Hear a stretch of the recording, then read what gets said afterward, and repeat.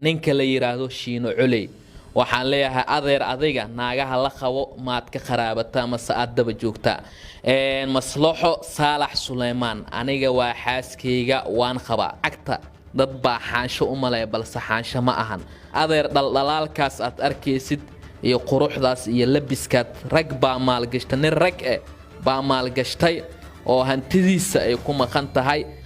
Catoshare waxa uu dil ugu hanjabay Shiino Culey isagoona sheegay in Findi Cindigeel uu yahay Shiino Culey isagana uu ka dambeeyay in markaasi isaga iyo Maslaxa isku dhacaan. Waa sida uu leeyahay Catoshare oo hadda u baratamaya sidii uu markaasi meel isaga saari lahaa Shiino Culey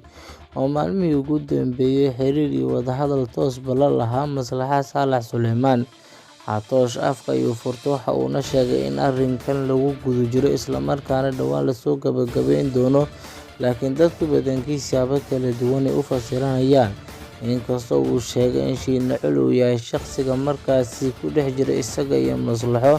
doonayana in Maslaxa toos loo furo, laakiin isaga waxa uu beeniyay wararka sheegaya in la furay Maslaxa Saalax Suleymaan. Aniga ma aan furin xaaskeyga waan jecelahay buu yiri Catoosh oo afka furtay isla markaana u baratamaya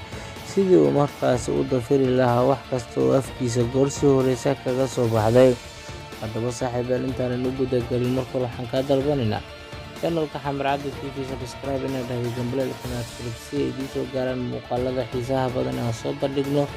haddaad horey noola joogtaan madaxa dunida saaran tihiin dhaliil ama bogaadinta iyo tusaale haddaad inoo haysaan qaybta commentiga inoogu reebo shartana ku sii qabta si aan u helno saaxiibo wanaagsan adiga oo kale. Catoosh ayaa afka furtay kana hadlay arrimo xasaasi ah isagoona geesta kala tilmaamay in Shiino Culey uu yahay shaqsiga markaasi Findi Cindigeel isaga ah had iyo jeerna jecel in isaga iyo Maslaxo ay kala tagaan. Waxa uu sheegay in Shiino Culey had iyo jeer uu gaadgaadi jiray Maslaxo laakiin uu ku ceeb isagoo ah nin qaba in arrinkaasi uu ku dhaqaaqo. Waa sida uu leeyahay Catoshare oo hadda u baratamaya sidii markaasi wax kasta oo jira uu banaanka u keeni lahaa isla markaana uu dadka ugu bayaani lahaa xogaha ka daahsan bulshada Soomaaliyeed. Catoshare waxa uu sheegay in waayadanba xiriirka ka dhexeeya Shiino Culey iyo waliba Maslaxa Saalax Suleymaan ay cirka isku sii shareereysay isla markaana ay ahayd mid lagu jebinayo Catoshare. Haddaba inkastoo uusan Shiino Culey arrinkaasi ka hadlin, laakiin waxa uu sheegay Catoshare inuu soo bandhigi doono xogo iyo waliba siro dadka ka daahsoonaa isla markaana dhawaan wax waliba ay kala cadaan doonaan. Waxa uu sheegay haddii Shiino Culey uu jooji waayo arrimaha uu wado in waxyaabo badan uu la kulmi doono, taasoo dadka badankii ay ku tilmaameen in laba wadan ay kala joogaan sida ugu fudud oo markaasi isku heli karaan. Dadku badankii waa ay isweydiin inkastoo ilaa iyo hadda Shiino Culey uu yasayo Catoshare isla markaana uu ka biyo diidan yahay inuu jawaab soo siiyo isaga oo dantiisa gaarka mooyee dan kale inuu ku mashquulo diyaar uma ahan.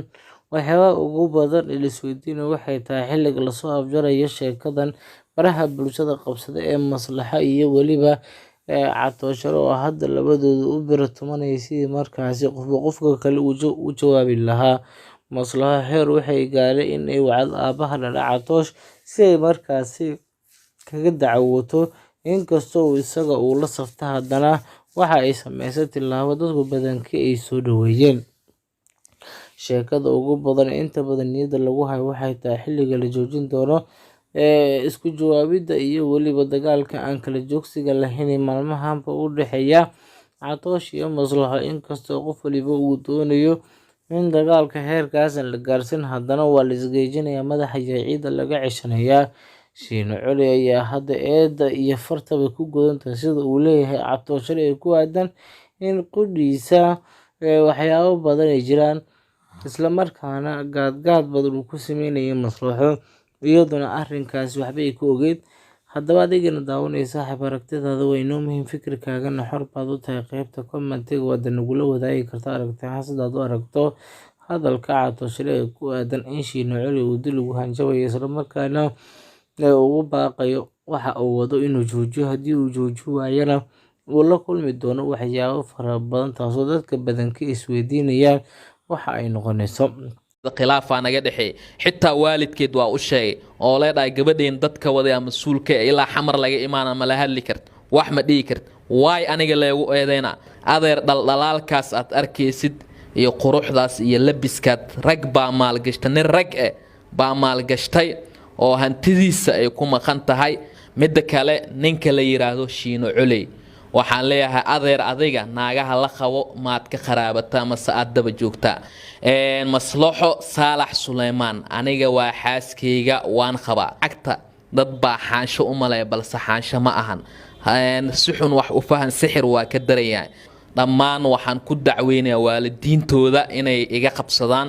dhammaan ummadda Soomaaliyeed iyo qof walba muslim ah caaw waxaan halka rabaa inaan ugu cadeeyo horta fariintan haday ku soo gaarto like saar oo saaxiibada u share gareey